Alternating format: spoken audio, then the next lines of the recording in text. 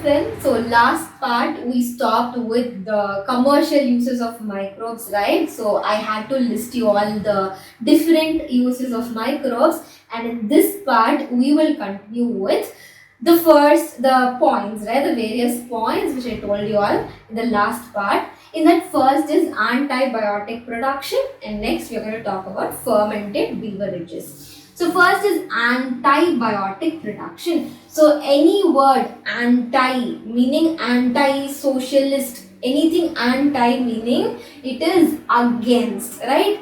And biotic, so biotic, bio, which means that anything to deal with somebody's life, a natural, common life.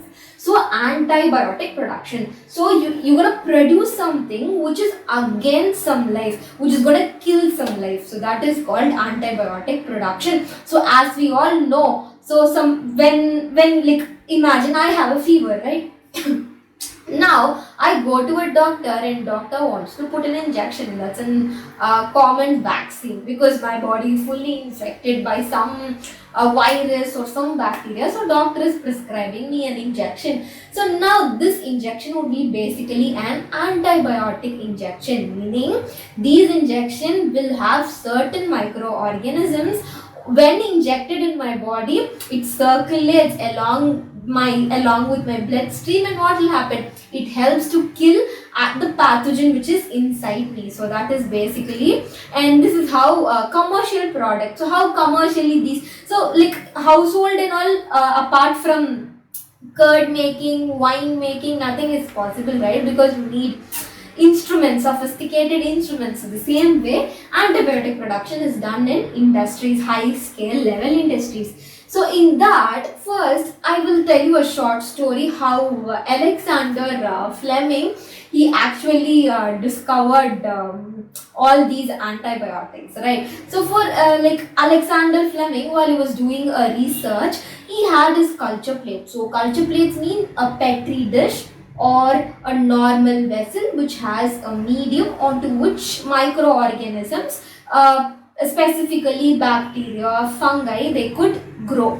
Now what happened? He didn't wash these culture plates for a longer time. He left it undisturbed. He didn't wash it. Maybe he would have felt really lazy to wash it, so he just kept it. So he didn't mean to keep it aside. He felt just lazy and he didn't wash it for several days. Now what did he find? He found that there were green molds. So we know molds, right? For example, when you don't eat bread and you keep it aside for a week, what happens? There will be green color microorganisms growing on the surface of the bread. Same way, so green molds were growing on the culture plates.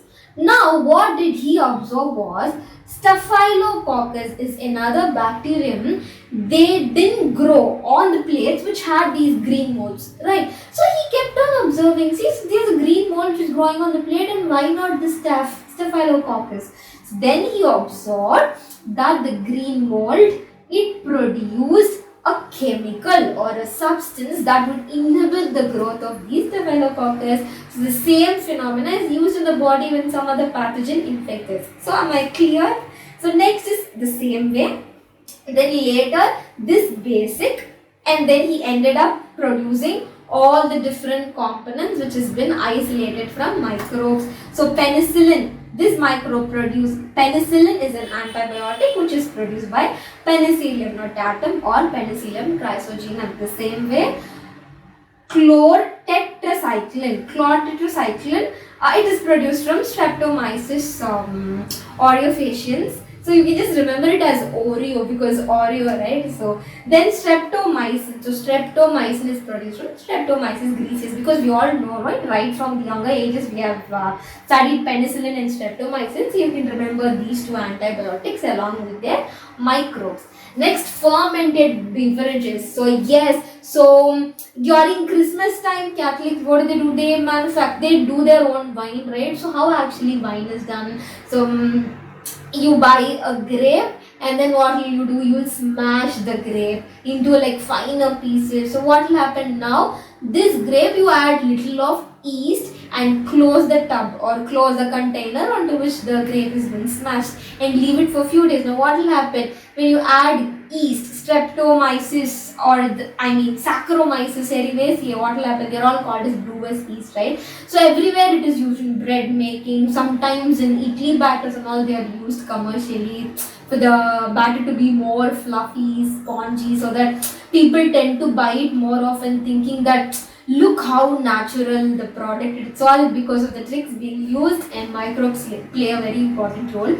So the same way wine. So zymology is to study something related to fermentation, the fermenting procedure, and oenology is to actually learn how to make wine, right? So now in wine, actually they have like 4% of alcohol, so it is in a drinkable form, right? So it just have 4%. So anything which exceeds beyond 4%, like 16%, more than 28% and all, it actually gives that the jerk, that drowsy feel and everything, that kick, whatever. So official, like they're all been like so much of microbes been added, and moreover the fermentation time, they all depends on the amount of alcohol produced in the juice. So the same way wine is normally, it is very good for health with 4% of alcohol.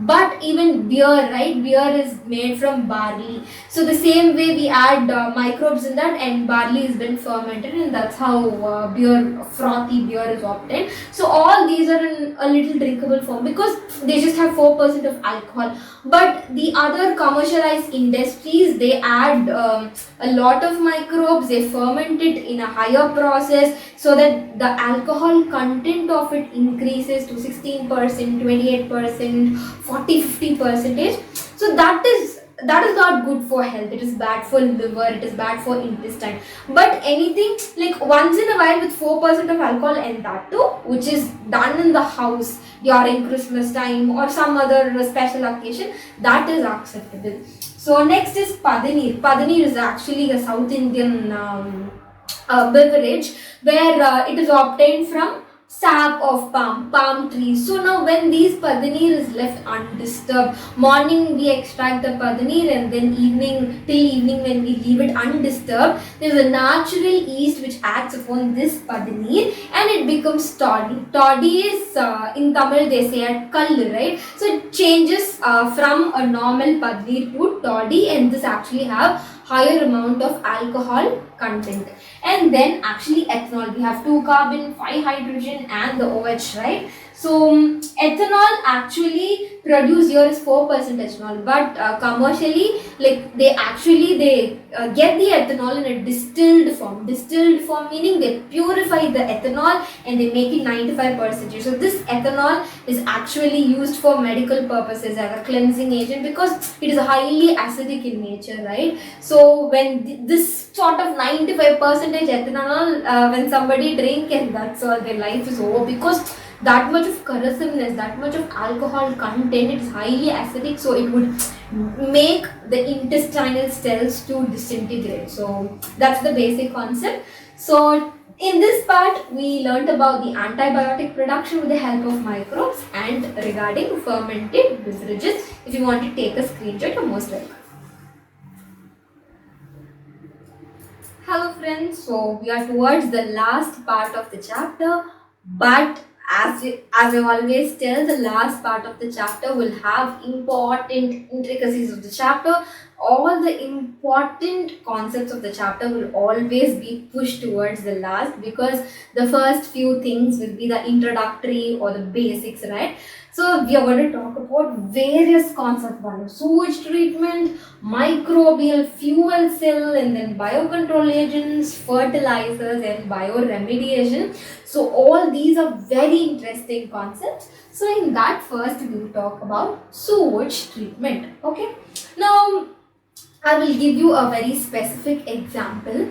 So we can take Kuvam River, okay? So just imagine, now how does this look? This river has a lot of plastics. It's blackish in color. It is all because of the organic and the inorganic substances, and there are n number of microbes which had already spoiled the water, along with the defecation, animal, human defecation or whatnot. All this water looks really yuck, right? So Not exactly warm water, whatever the water, you can even take the drainage water, right? The drains, the water in the drains, or the toiletry water. So whatever, it has all organic, inorganic components, various chemical combinations and everything. Now with the help of microbes, it is actually a tedious process, but still it is very important to clear all these waters, because see, once you pick up this water, eventually you have to pour it somewhere. From there it goes to the other place and mixes somewhere, and again from there. So it is like a cyclic chain, right? So eventually we humans have to face the water again. So to avoid all this difficulty, so it is very important to treat a sewage water, and we call it as sewage treatment. Now, in sewage treatment, we have three important steps. One is primary method, secondary method, and tertiary method. The first is primary method. So, as we all know, primary method means something very important. So, first step you have to actually do. So, that is called primary method. So, in primary method, so as I tell, you can start imagining there's a sewage water. So now what do? The primary method has to remove all the floating components which is on the water. For example, plastic bags, few of the plastic toys or whatever. Then there'll be some component which is actually floating. There'll be like sticks, twigs, dirt, leaves and everything. So all that you have to actually filter it. So now what should I do? So I have to prepare a mesh or a filter onto which my sewage water has to be passed, so that the mesh diameter would be really small, so that it filters up all the primary components, all the floating components, right? So in that you have specific process called as grit removal, stone removal, you have all the twig removal. So you have all different drums which has been specially designed to stop all these components. So that is the primary process. So primary process, now what all has been removed? Plastics has been removed, all the substances which are like floating substances are all being removed in this primary treatment. That's all. Now next, now the water looks just dirty, it is blackish in color, but it does not have any floating components, because in the primary treatment, what did I do? I have removed all the components. Next, in secondary treatment, the black color looks so shabby. When somebody looks at black color, how yuck it is. You can never imagine to use the water ever again. You can never even imagine to touch the water again, because it's a sewage, it's drained water. So now to avoid this, what do? Is I have to put this into aeration tanks. Aeration tanks means passing a lot of oxygen, aeration, giving air supplement to them. So in that I have a lot of bioreactors. So as we already learned about the process of fermentation, bioreaction, the process in bioreactors, zymology and everything. So we put it in bioreactors where there is constant aeration. So now there will be a central shaft, and from the bottom there will be air which is blowing up. So now as a result, what will happen? The drum, they start rotating. So as the drum starts rotating, now all the components, it's like a centrifuging process where the thick components which is high in molecular weight, it is like high in grams, like all the like minimal milligrams and all that will settle down. Now what will happen? We introduce a lot of bacteria, or it could be algae or fungi, which actually is suitable for this sewage treatment. So now what will happen? As the shaft rotates, there will be froth formation. Now this froth will have all the organic components along with the other bacteria and the other microorganisms. So this actually happens in the secondary process. In secondary process, so there's a lot of things just settling down, and that is called as sludge. So we call it as activated sludge, because this we actually activate it by passing air, right? So aeration process is done. So that's why it's called activated sludge. Now what do? Secondary treatment is over. Now post secondary treatment has, you take minimal of the inoculums, like how from milk curd is obtained. So the same way, minimal of this activated sludge is taken, and again we add it in this sewage water, which where previously the organic components been settled down, right? So you add again this activated sludge, and again this time it is anaerobic decomposition. First is aerobic composition, next is anaerobic in the absence of oxygen. So now here what happens, the byproducts which has been formed are methane, hydrogen sulfide and carbon dioxide gas. And now this is actually called as biogas, which can be acted as in supplement or like in case of even exchange it with LPG gas also, right? So liquid petroleum gas. So this actually the certain colleges, certain schools, so residential schools, they actually follow this biogas. We call it as gobar gas.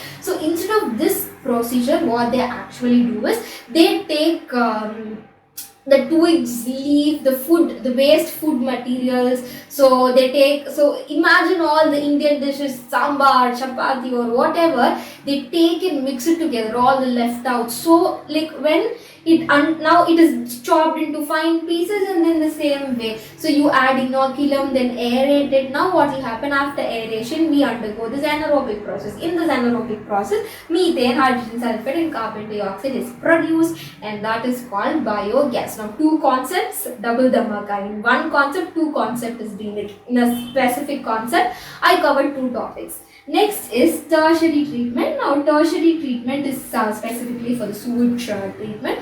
So tertiary treatment is there. Now in this process what will happen, all the blackish color, the organic materials, it will all settle down, right? But still the water would look little brownish in color or orangish sort of color.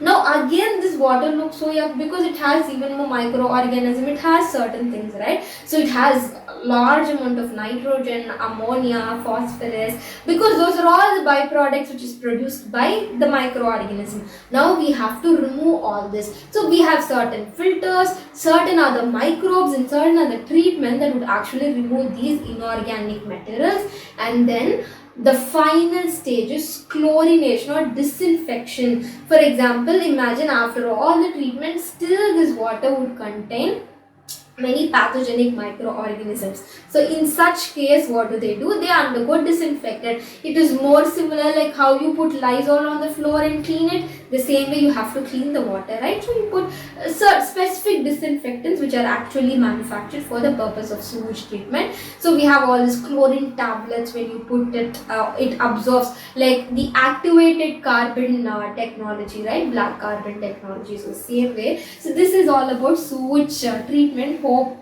this topic is interesting because it is really important, and microbes, I feel microbes are specifically designed for this, because without these microbes the whole world will become nasty. So next is microbial fuel cell, and now look at the advancement. Now with the help of this microbe, electricity is also being produced, so that we call it as fuel cell, right? So now what do? Organic substances. Organic substances could be animals, dead plants, or it could be the twigs, flowers. So all the organic substances, right? Now when these microbes act on the organic substances, it undergoes a process of oxidation and reduction, right? So continuous gain of electrons and loss of electrons will undergo. Now what do? Is we specially have an apparatus for the generation of electricity. What do? Is now microbes are specifically attached to the anode side and cathode is to the positive side. Now what will happen? In between we have this proton exchange membrane, like a semi-permeable membrane. This proton exchange membrane will actually helps in the exchange of the electrons. Now what do they do? Actually, what is an electricity? Is it is like consecutive arrangement of positive and the negative ions, right? Now what will happen? The negative ions, they actually go towards the positive ions, and what will happen eventually? The electricity is produced. So that's how simple microbial fuel cell. So future like solar panels and the other things, artificial electricity and from natural electricity. One such natural electricity is microbial fuel cell. And biocontrol agent. So as we all know, microbes. So we have this Bt cotton, Bt brinjal, right? Bt actually stands for Bacillus thuringiensis, it's a bacteria. So now a specific gene from this bacteria has a specific gene, okay? We call it as CRY gene, cry proteins. They are sort of proteins where we extract this and we manipulate it in a form of vector using biotechnology process, and we inject it in the plant cell. So now what will happen eventually? There's a worm, there's a corn borer or a brinjal borer which goes and eats it. Now what will happen? This actually the cry protein, they enters in their gut, they choke them to death and no more pest for the particular plant. So that is biocontrol. And then biofertilizer. So as we all know, there are a lot of nitrifying bacteria, denitrifying bacteria which actually balances the earth, meaning there's nitrogen cycle happening everywhere, right? So now what will happen? There's mycorrhiza where there's a symbiotic association between algae and the roots of leguminous plants. Leguminous, example pea plants, right? Legume plants. So that is biofertilizers, where it helps in helps the soil to be really fertile, where along with the soil we add n number of microorganisms. Few could aerate the soil, few would have a symbiotic association, a mutualistic relationship between the other microbes in the soil or the roots of the roots of a plant which is in the soil. So that's how when we add biofertilizers, all this will happen. Next, last thing is bioremediation. So as I told you in the first part, there's something called as superbugs, and I would like to give this superbug as an example. So imagine, as I told you, like there's an ocean and huge drums of oil has been spilled on the surface of the ocean. Now what will happen? Sunlight will not seep in and eventually it will affect the aquatic organism. So what do we actually do? Manually we can never do anything because ocean is a wide area. So now what we do is we introduce certain microorganisms. So these microorganisms, specifically Pseudomonas, so Pseudomonas aeruginosa, Pseudomonas biformata, like different strains of Pseudomonas, where we inject these Pseudomonas or we just spread them on the surface of the oil. Now what do they do is these Pseudomonas, they eat up the oil. To be more precise, the metabolic activity of the Pseudomonas or the energies actually obtained from these petrol. So they just engulf the petrol and they produce byproducts, water, carbon dioxide, and eventually it is liberated up, it is evaporated water, or the carbon dioxide, it goes and mixes with the atmosphere. So that's how oil is being cleared and the chapter is done. So yes, it's a very simple chapter, very small chapter, but you can expect a lot of questions from this chapter because they're all this is application oriented chapter, right? So yes, thank you, and if you want to take a screenshot, you're most welcome.